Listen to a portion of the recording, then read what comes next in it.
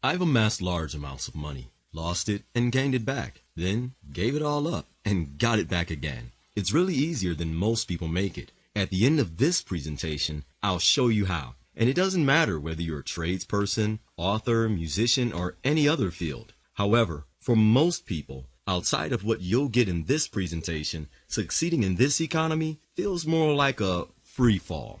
Don't you wish you could hit rewind on your life? Back up to before things began to decline? Sure. Let's see if we can take a look at the big picture and get a handle on things before they fall any farther. Let's go back to a time when getting off of ground level financially was simply a matter of ingenuity and hard work, and see how things were back then. From the Industrial Revolution back to ancient times, everyone had their own trade, called a trade because what you produced was valuable and could be traded. There were farmers, metalsmiths, tanners, even hunters and trappers brought something to the table, literally.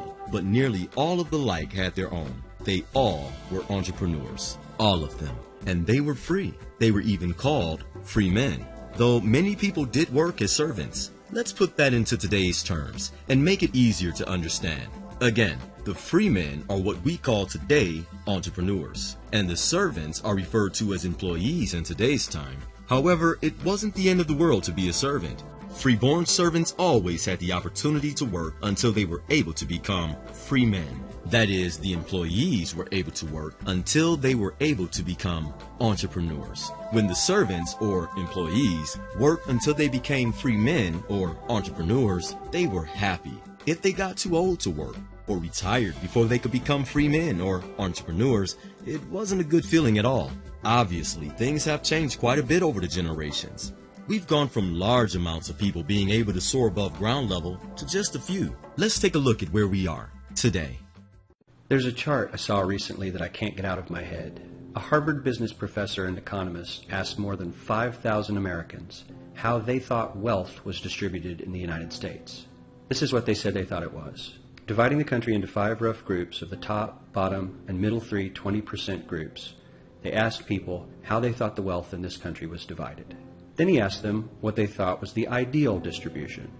And 92%, that's at least 9 out of 10 of them, said it should be more like this. In other words, more equitable than they think it is. Now that fact is telling, admittedly, the notion that most Americans know that the system is already skewed unfairly. But what's most interesting to me is the reality compared to our perception. The ideal is as far removed from our perception of reality as the actual distribution is from what we think exists in this country. So ignore the ideal for a moment. Here's what we think it is again. And here is the actual distribution. Shockingly skewed. Not only do the bottom 20% and the next 20%, the bottom 40% of Americans barely have any of the wealth. I mean, it's hard to even see them on the chart. But the top 1% has more of the country's wealth than 9 out of 10 Americans believe the entire top 20% should have. Mind-blowing. But let's look at it another way, because I find this chart kind of difficult to wrap my head around. Instead, let's reduce the 311 million Americans to just a representative 100 people. Make it simple. Here they are: teachers, coaches, firefighters, construction workers, engineers, doctors, lawyers, some investment bankers, a CEO, maybe a celebrity or two. Now let's line them up according to their wealth. Poorest people on the left, wealthiest on the right, just a steady row of folks based on their net worth. We'll color code them like we did before based on which 20% quintile they fall into. Now let's reduce the total wealth of the United States, which was roughly $54 trillion in 2009, to this symbolic pile of cash. And let's distribute it among our 100 Americans. Well, here's socialism, all the wealth of the country distributed equally. We all know that won't work. We need to encourage people to work and work hard to achieve that good old American dream and keep our country moving forward.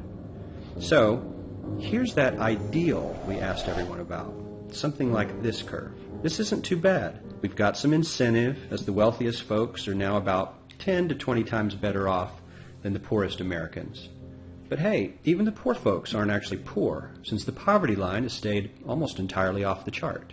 We have a super healthy middle class with a smooth transition into wealth. And yes, Republicans and Democrats alike chose this curve. 9 out of 10 people, 92%, said this was a nice, ideal distribution of America's wealth. But let's move on. This is what people think America's wealth distribution actually looks like. Not as equitable, clearly, but for me, even this still looks pretty great. Yes, the poorest 20 to 30% are starting to suffer quite a lot compared to the ideal, and the middle class is certainly struggling more than they were, while the rich and wealthy are making roughly 100 times that of the poorest Americans and about 10 times that of the still healthy middle class. Sadly, this isn't even close to the reality. Here is the actual distribution of wealth in America. The poorest Americans don't even register. They're down to pocket change. And the middle class is barely distinguishable from the poor. In fact, even the rich between the top 10 and 20 percentile are worse off. Only the top 10% are better off. And how much better off? So much better off that the top 2 to 5% are actually off the chart at this scale. And the top 1%, this guy, well, his stack of money stretches 10 times higher than we can show. Here's his stack of cash, restacked, all by itself. This is the top 1% we've been hearing so much about. So much green in his pockets that I have to give him a whole new column of his own, because he won't fit on my chart. 1% of America has 40% of all the nation's wealth. The bottom 80%, 8 out of every 10 people, or 80 out of these 100, only has 7% between them. And this has only gotten worse in the last 20 to 30 years. While the richest 1% take home almost a quarter of the national income today, in 1976 they took home only 9%, meaning their share of income has nearly tripled in the last 30 years. The top 1% own half the country's stocks, bonds, and mutual funds. The bottom 50% of Americans own only 0.5% of these investments, which means they aren't investing. They're just scraping by. I'm sure many of these wealthy people have worked very hard for their money. But do you really believe that the CEO is working 380 times harder than his average employee? Not his lowest paid employee, not the janitor, but the average earner in his company. The average worker needs to work more than a month to earn what the CEO makes in 1 hour. We certainly don't have to go all the way to socialism to find something that is fair for hardworking Americans. We don't even have to achieve what most of us consider might be ideal. All we need to do is wake up and realize that the reality in this country is not at all what we think it is. And the inequality is increasing so rapidly, something will need to change before the middle class hits rock bottom. But why is it like this, and what can we realistically do about it? I'll just say the traditional economic game plan is definitely for the birds. But to keep from wasting time, I sought the only resource for perfect decision making. I prayed to the Lord Jesus Christ. The response I received from God was refreshing, to say the least. I'll just cover a little of the information from the major points. The way the system of money has been engineered, there is always enough money for everyone to live comfortably. There has been an exponential increase in knowledge, and what used to be enough education is no longer enough. With the increase in knowledge, there needs to be an increase in what's considered acceptable education among those without much of the world's goods. There were groups of people who were hindered in the U.S., but not anymore. However, there has been a failure to seek after sufficient education to function in today's advanced world. Arteries supply blood to multiple vessels. If an artery holds on to the blood, the vessels connected will not receive the supply of blood they need. The artery will be a curse to the body, and they will need to bypass it, if it's not too hard to open up, to prevent a member of their body from becoming withered. Likewise, those with a large cash flow are financial arteries. But if those arteries hold on to the cash flow, believing they're blessed, and the connected vessels are cursed because they don't have much of the flow, then they have become as a blood clot in the world systems. All poverty is a result of people who are vessels of finances becoming as blood clots, which is being selfish and covetous. It's called blood flow in the body and cash flow in the world. Let's see how that looks in the real world. Let's look at the D. That's right, Detroit. Just look at any freeway during rush hour.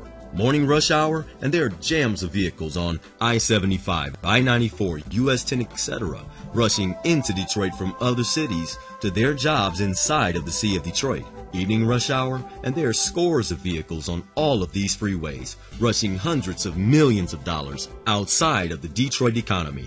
The majority of residents of the city of Detroit won't be hired by the companies making money in Detroit, and as a result, there are many parts of the city decaying and dying, like an arm that doesn't receive any blood. But this same circulatory problem is occurring in the world, causing this same withering effect on the United States economy. I spoke with a loan broker in my family about the world economy, and he presented a little considered perspective regarding the world trading system. Every major country has products that they make a great deal of their money off of. In the Middle East, oil is a major product. In China, electronic devices. But in the US, the people are the product. How is money made off the people, might you ask? Quite simple. Like cows, they're milked. Working class people's taxes are sent to the rich in bailouts, which causes even more inequality of wealth. Corporations who are built on greed spend and invest their excess money among other rich corporations who are usually the same way. And since the whole world sees the U.S. as the place to extract rich blood, money, the U.S. tends to be a target for economic vampiring of other nations. The U.S. gives money, but it won't be given back, only loaned back, and then with interest. Consider this circulatory problem. The U.S. borrows money from China. U.S. citizens give the money back to China in exchange for goods. And the U.S. government gives the money to other countries like Pakistan. And the Pakistani government takes that money and gives it back to China to buy weapons. In this system, the United States is the unpaid donor. But don't worry about competition from China. There's a new group that's more competition than any human can win against. Robots are taking more jobs than any other group. Some of them are union installed, but they will never take a break. And forget about retirement benefits. They work until they die. Many of you on unemployment right now had your job taken by one of these.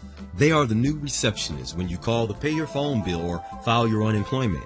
They are bilingual, but programmed to only hear what they want you to tell them as a way to control you in the conversation with the "I don't understand" speech. Major government offices and business departments have been shut down, laying off untold numbers of hard-working citizens in exchange for one of these programs. They've replaced stuntmen and actors in most movies. And one more generation of technology, and you'll have a hard time telling the difference between one of these gens and a real human being. And we continue to encourage companies to replace humans with them, joyfully, not caring about the person who just lost their job, though automation is targeting virtually every field a human can work. Yes, humans aren't squashing grapes in comparison with anti-human engineering. And anti-human engineering exponentially accelerates the inequality of wealth in America.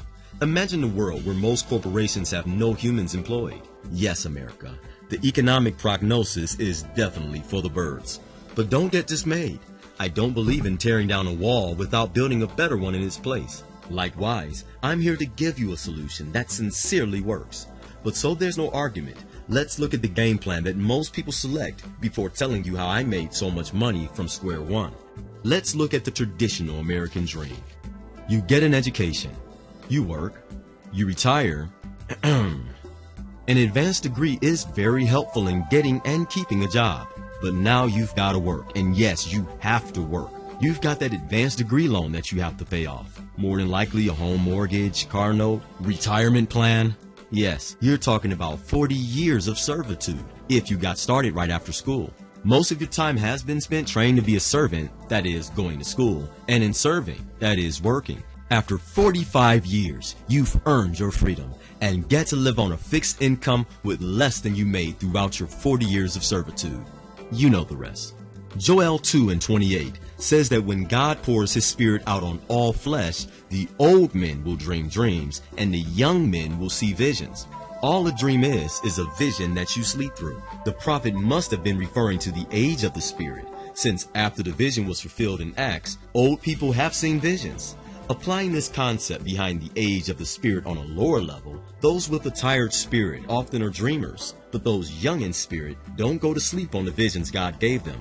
Maybe it would have worked out better if it were the American vision instead of a dream. Maybe most American citizens wouldn't have gone to sleep on it. Moving on, the only certain economic plan is in business ownership. It's the only way to earn enough not to struggle, to not be a servant to corporations, to ensure that your family won't be a family of servants to other people's businesses, to fly high enough above board that it won't matter what happens in the economy. I know. That's easier said than done, right? I mean, even according to Dun & Bradstreet and Inc. magazine, 33% of all new businesses fail within the first 6 months. 1 out of every 2 businesses fail within their first 2 years. And 75% fail within the first 3 years. That's just being a realist. But that's not that bad. That still leaves a 25% success rate. You just have to know what the 25% are doing that the 75% of new business aspirants are not. Let's take a look at why the 75% within the first 2 years fail. There are 4 primary reasons. Lack of finances, lack of a business plan. And by the way, according to a survey done by business planner Tim Berry, the founder of Palo Alto Software, business plans double the chance of success in business and increases the probability of the business growing and receiving the money they need to get started out right. Lack of training is also a major reason why most new businesses failed. And of course, a poor quality of people, either on the board, in management, or working in the field is always going to be a large reason for failing to succeed at business. Now, this is just considering the standard forms of businesses. I'm sure some who see this are wondering about network marketing. You know, the multi-level marketing companies. MLMs are still recorded as being the #1 way for working class people to make over $1 million. However, only for people who start their own MLMs and their buddies who signed on first. MLMs do have the potential to work for everyone else if they're set up with love and not selfishly. Unfortunately, they are usually set up to filter all of the money up to the person who founded the company and their buddies who signed on first. Moving on. But there is a high success rate for those who have everything they need when they go into business. What you need is a fair chance to get ahead. What you may need is a business plan, so investors will take you seriously, which will double your chance of making it all by itself. Business training is still one of the aforementioned resources that make the difference between failure and success. Face it, unlike the rest of the world, God's people perish for a lack of knowledge. This truth is universal and can be applied to every area of life. We covered already the #1 reason most businesses fail: lack of money. Dream of having a business plan, presentation training, and people ready to invest in you to present your plan to. Now, let's envision that. Most quality people will not work for you for an affordable price. They will not work with you easily and have their own visions and wants. Our networks equally yoke you with believers who are quality, hard workers, and sincerely interested in seeing you succeed. Love others as yourself, right? They do. And take your vision upon their own, experienced, resource-filled shoulders. All of this sound good to you? Then what you need is a support to bear the burden of your great vision in love. What you need is GCI Associates Incorporated to get your vision off the ground, because our members receive all of those resources complimentary. That's right, complimentary. The standard SBA approved business plan costs thousands, and business training sufficient to start a new company can easily exceed $5,000. And you can't pay to find quality people to network with you, work for you, and invest in you. It would cost you over $10,000 easy just to get half of what our members receive complimentary with their memberships, and that would include the quality people, of course. Our memberships are only $249 per month, but for a limited time, you can lock in your membership at only $49 per month, which will stay $49 per month even when we return to our normal great price of $249 per month. You'll still have the same low $49 per month for as long as you're a member. Looking at the big picture, you can either ride down with the world or fly high above the world. At least you have the free will to choose, right? Your vision can really fly this time. Get started today and buy your ticket later. That's right, you can pay your membership later and get started today. That's whatever your vision is. Or if you don't have a vision yet, we can help you to be inspired with a vision. We help skilled tradespeople, musicians, security, caterers, hairstylists, inventors, authors, network marketers, counselors, and more to become successful entrepreneurs. Your vision. Start it today. So what are you waiting for? Get started at gciassociates.org and click the Get Started button on the lower left of the video to get started without needing to pay anything up front, or the See Website button to the lower right of the video to see our website. And may Jesus Christ bless you exceedingly.